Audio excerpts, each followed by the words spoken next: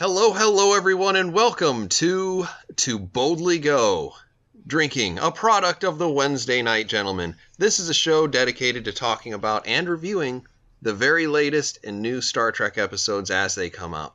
Today we will be talking about Star Trek Discovery, the short treks.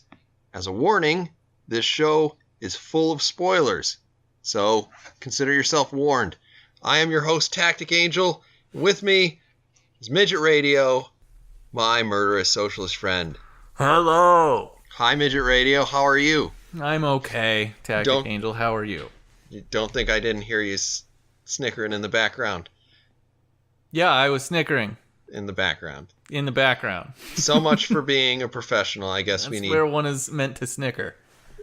We're going to need to do 10 of these episodes before you get it under control. I'm doing okay.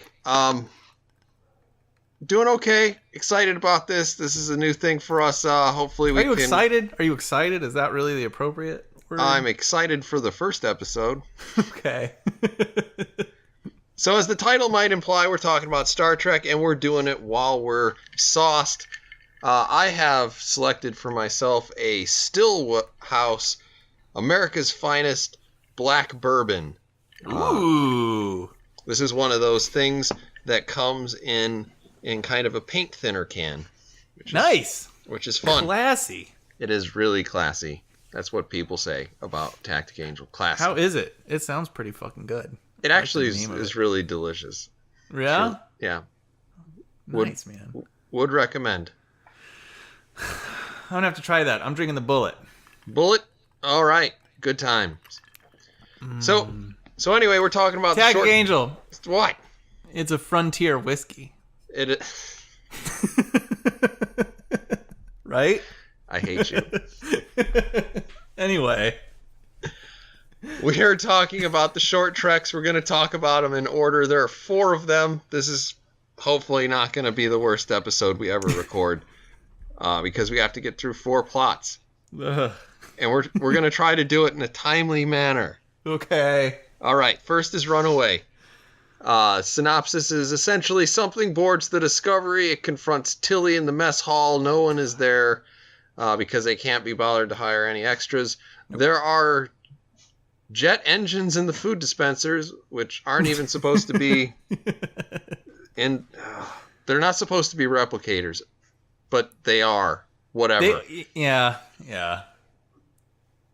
But we can't bother ourselves with continuity. Okay, Midget Radio. How do you like this guy?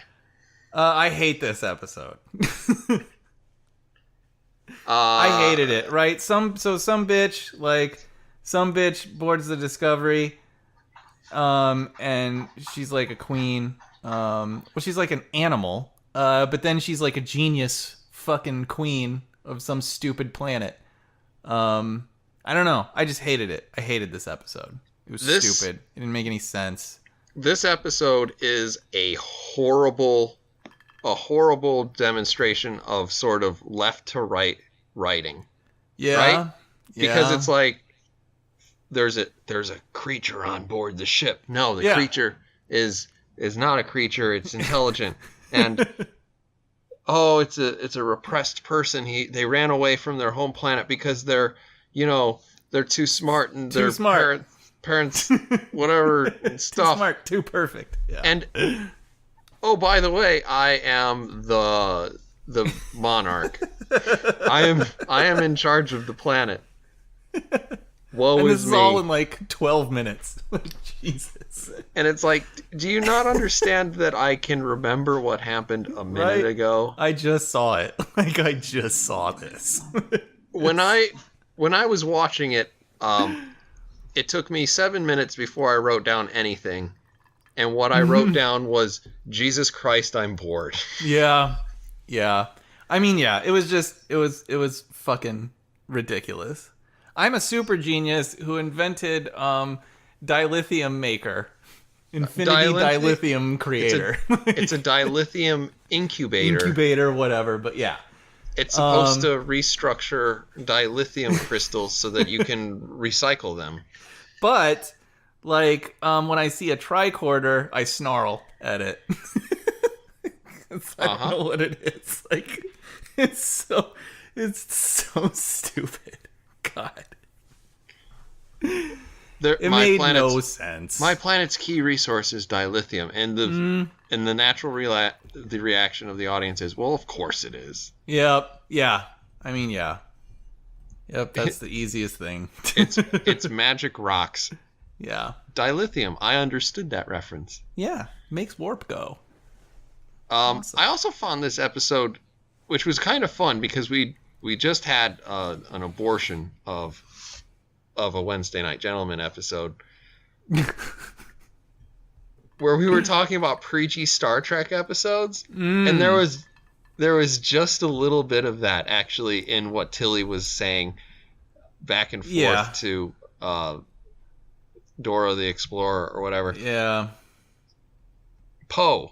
Isn't it Poe? Poe, yeah, that's what they called her. Yeah. So anyway, it's like, you have to advance the technology because. Yeah. Evolution, right?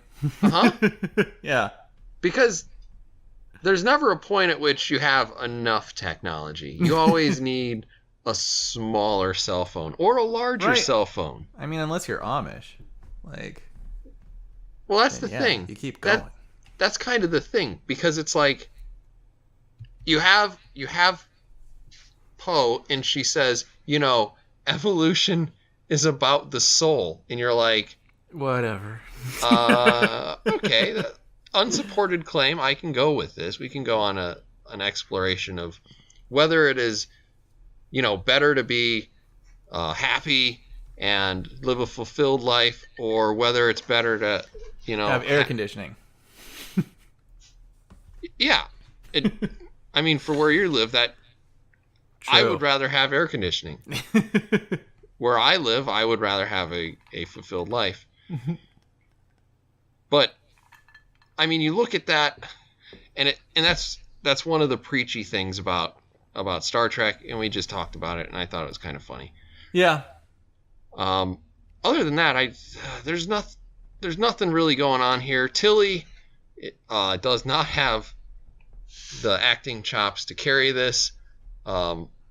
Certainly absent a good script and absent good direction. Yeah. I don't really have a problem with like the actress who plays Tilly at all. I think, but I mean, it's the writing. It's just abhorrent. It's nonsensical. I mean, it's bad, and it's not interesting. No. And on top of that, what I'm saying is essentially, you could hand this script to Jason Isaacs, and I'm sure he could make something happen. Maybe. Yeah. But Tilly isn't gonna, carry the day all by her lonesome without any help off screen. No. Yeah, no.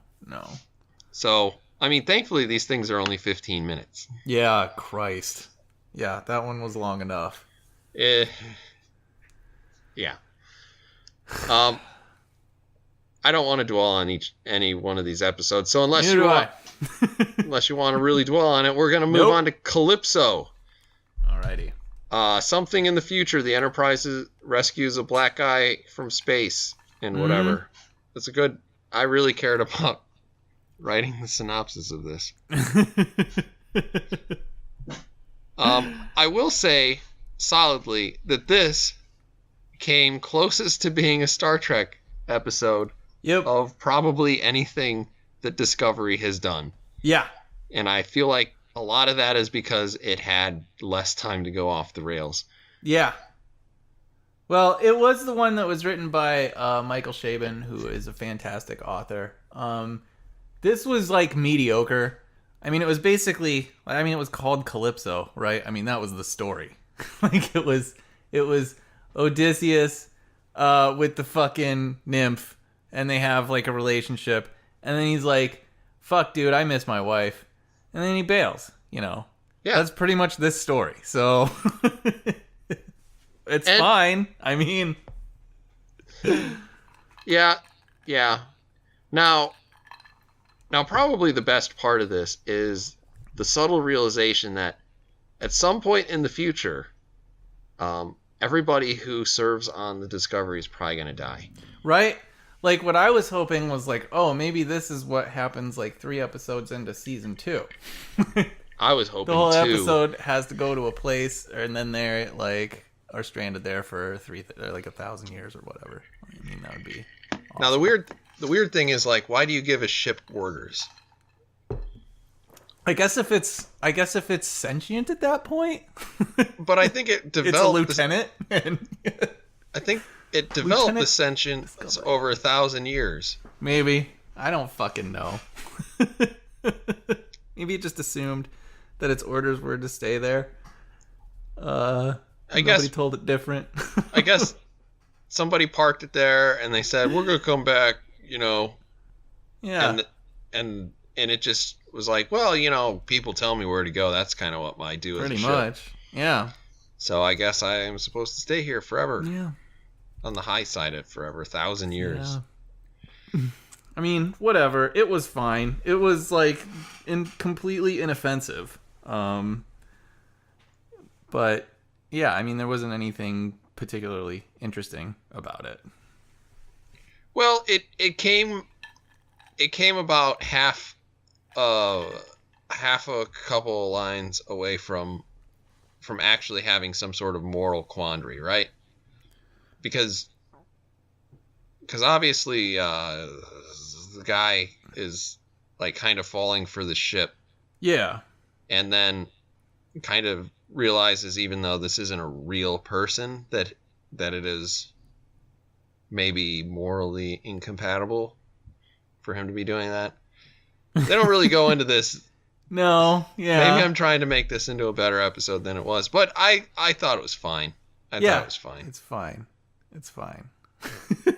You heard it here first, guys. Calypso's fine. Yeah, it's fine. The brightest star.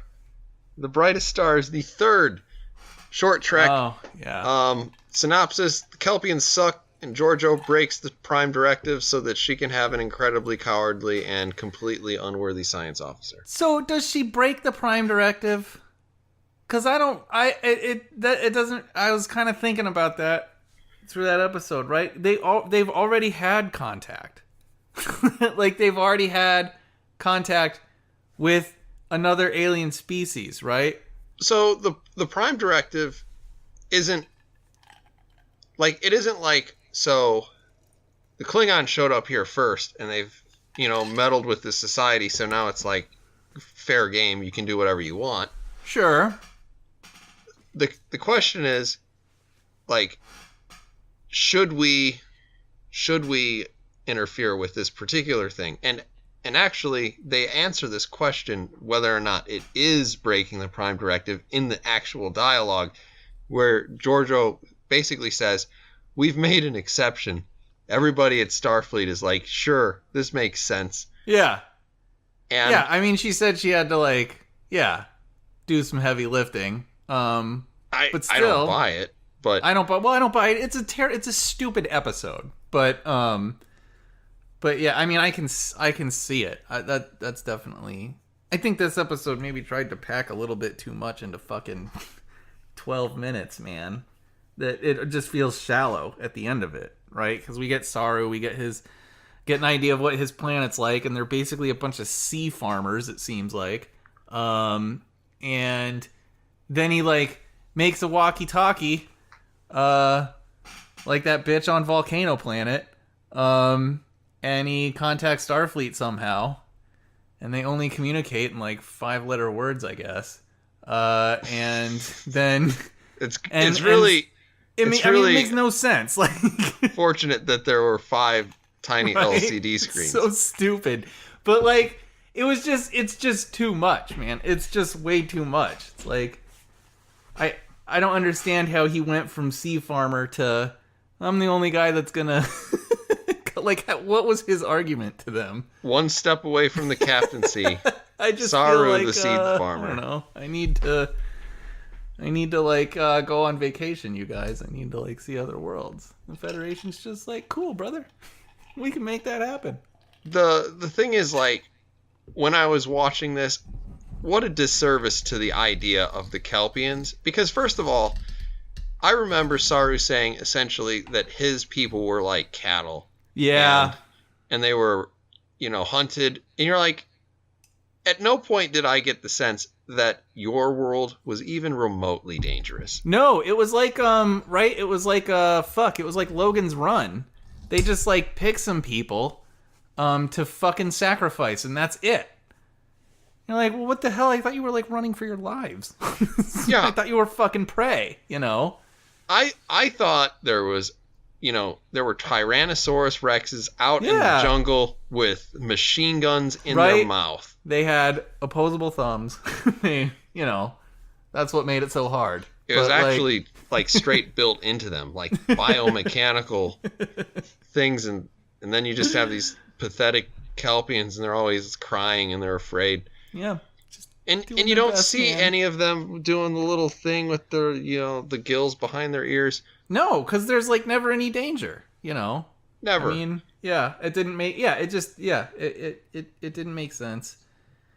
And it was too brief for a story they were trying to tell. So, yeah, it just winds up feeling fucking shallow and stupid and mechanical. And this is how we got to the fucking, whatever that ship was, the Shenzhou. Great.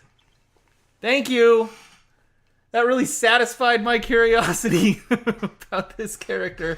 Good job with all this world building. Yeah. Fucking Star Trek writers.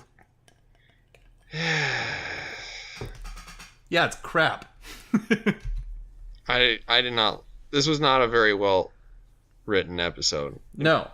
The closest thing it came for me to replicating a Star Trek episode was Justice from TNG.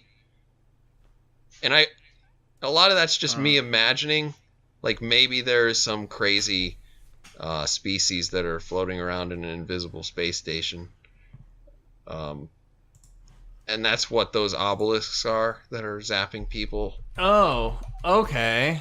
And then I was like trying to play that out, and it's just like, whatever, I'm just gonna watch the next one. Yeah.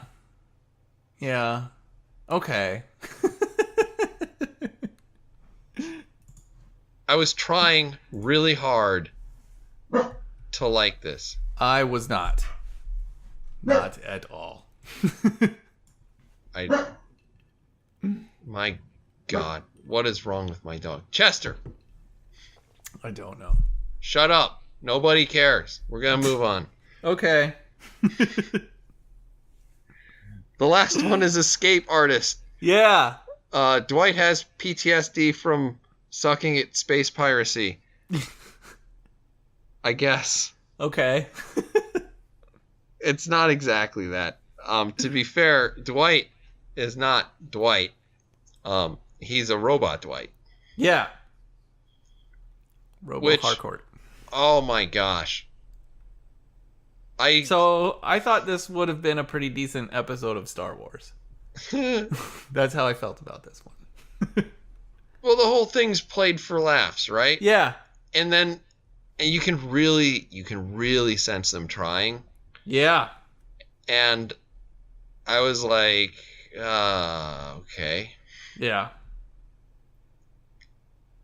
It's whatever. I feel like maybe this is one of those episodes where, like, if I was in a more generous frame of mind, I would be like, if you enjoyed this, that's fine. There was one thing that was marginally when they open the door and they're all the Muds and they're all arguing with each other. It was just kind of slightly amusing, but then I at the enjoyed same that time, part too. Yeah, it's like I don't want to see more. No, hardcore Fenton Mud. I don't either. You're not going to do it right. No, and it's just going to be annoying, and yeah, like it has been. But yeah, I mean, I like that. I should be sipping something on the beat. Like, if I had more money, I'd be sipping. He just kept saying that over and over. Like, that was mildly amusing. But I mean, whatever. Honestly, like for most of this, I just kept seeing like Han Solo, trying to get out of a disagreement with Jabba. This is sort of what it felt like. I'm not 100% sure why they so drastically changed what Tellarites look like. Not that I think anybody cares. Yeah. But I remember thinking when they're talking about it, I'm like, you slept with his sister? Holy God, what does that look like? Yeah, that'd be kind of a mess, I think. How desperate were you? Yeah. How long had it been? Just how greedy, many man? Maybe he's just decades? that fucking greedy. Yeah, a rapacious appetite. Yeah. I don't know, man. It's rough. I'm just saying it was rough. I also didn't understand, why does the Federation have taxes if they don't have money? Yeah, I don't know how that works. And then they showed that little tiny man, and he was an Orion, and I was like, I'd have gotten Lou Ferrigno to play that role. Right? Yeah. God, what a great That other episode. Orion was pretty hot, though. I mean, I like that. Yeah. I guess. But, so they have, I had a really tough time buying them as Orions because I am so completely bought into the Star Trek Continues Orion storyline. Yeah. Because it's just so much more interesting. Yeah, well, yeah. I mean, it is that. And Lou Ferrigno gives a better performance than any of the people in any of these episodes. Yeah, sure. Maybe More not. fun. But I mean, I he's liked more it fun. more. Yeah. Because it pleases me to deny you.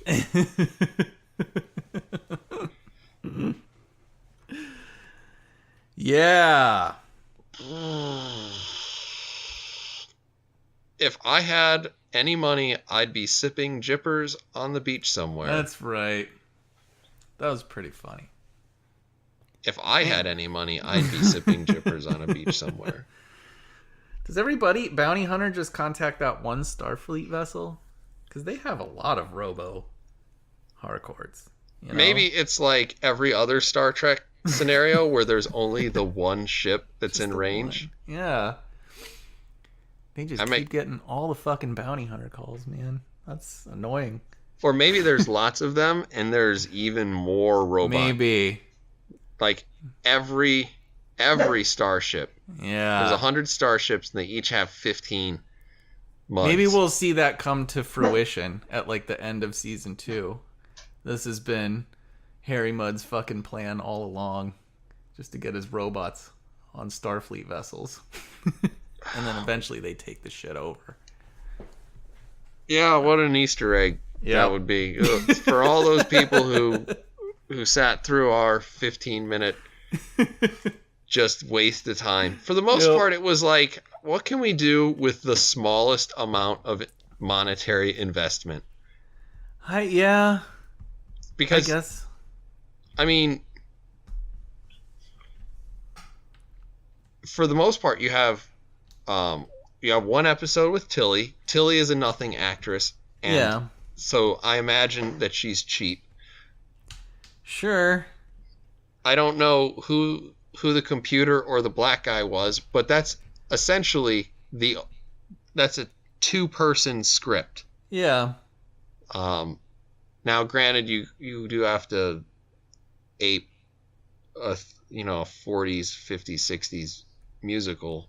Yeah. And so you have some extra people to make that a needlessly 3D movie. Yeah. And then your next episode, you've got Saru and some other people. That one's probably the most expensive just because of the amount of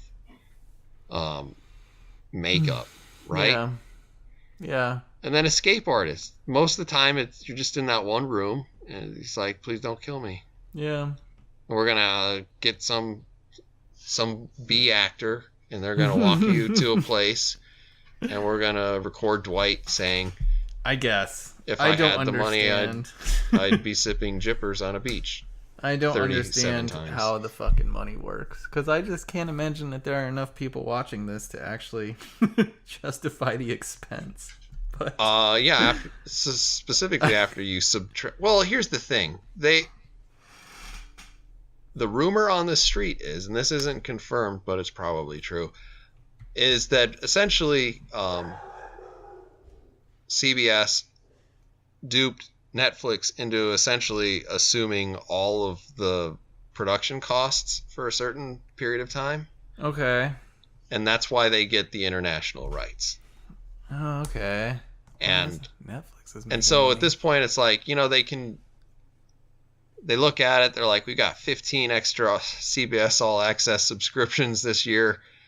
That's probably all Star Trek. That's a win. We've tripled the number of people who care about our platform. Yeah. So I don't know. I don't know. I don't know. I don't get it. We're getting a little off topic. We're trying to keep this on topic. On topic. Here we go. Yeah. My closing thoughts on Escape Artist is it is far from the worst thing that we've seen out of STD so far. Yeah, definitely. And Definitely. I have nothing else to add to that. Neither do I. Neither do I. All right. All right, that's pretty good. We'll go ahead and say that has been the Wednesday Night Gentleman on the latest Star Trek Discovery episodes. Thank you for joining us on this brief trek. Think about hitting that like or subscribe button. Join us for more treks in the future. For now, it's time for us to boldly go. We'll see you on the next one. Bye-bye.